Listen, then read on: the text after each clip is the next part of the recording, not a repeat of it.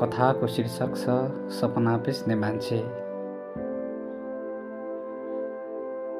गाउँको बीचमा एउटा अजीब बुढो बस्थ्यो। मान्छेहरू उनलाई सपना बेच्ने मान्छे भनेर चिन्थे। कोही भन्थे बुढो पागल छ, कोही भन्थे उसको कुरा सुने त जिन्दगी बदलिन्छ।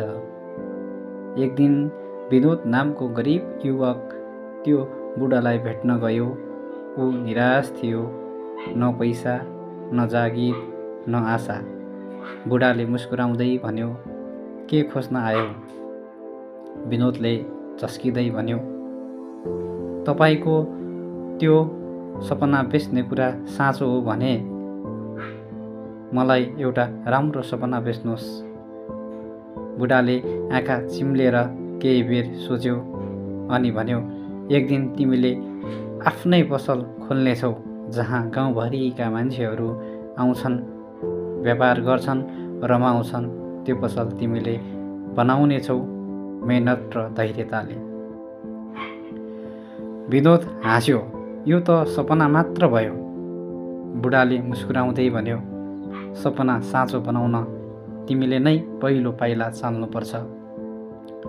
विनोद घर फर्कियो। केही दिनसम्म ऊ सोच्छ नै अनि सानो तरकारी व्यापार सुरु गर्छ। दिनदिनै उसले आफ्नो कामलाई राम्रो बनाउँदै लग्छ।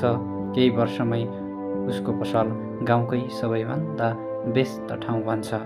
एक दिन विनोद बुढालाई खोज्न जान्छ, तर बुढो त गाउँ छोडेर गइसकेछ। तर उसको मनमा बुढोको कुरा अझै गुन्जिरहन्छन्। सपना बेच्ने होइन, पुरा गर्ने हो।